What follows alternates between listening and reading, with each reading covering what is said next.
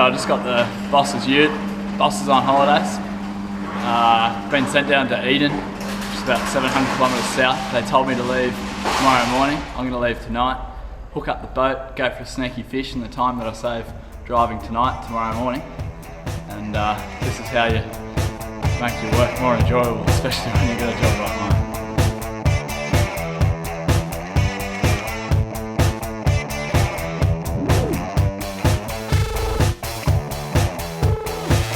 The essentials here: fishing rod, surfboard, swag, water quality monitoring equipment, just saving the environment.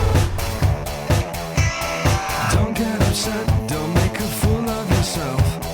Don't lose your head, please get a grip on yourself. There's nothing else you can do, there's nothing else you can do, there's nothing else you can do, there's nothing else you can do. You may well say, how could this happen to you? You may well ask, and you may not like the truth. Why is it always to you? Why is it always to you? Why is it always to you? Why does this happen to you?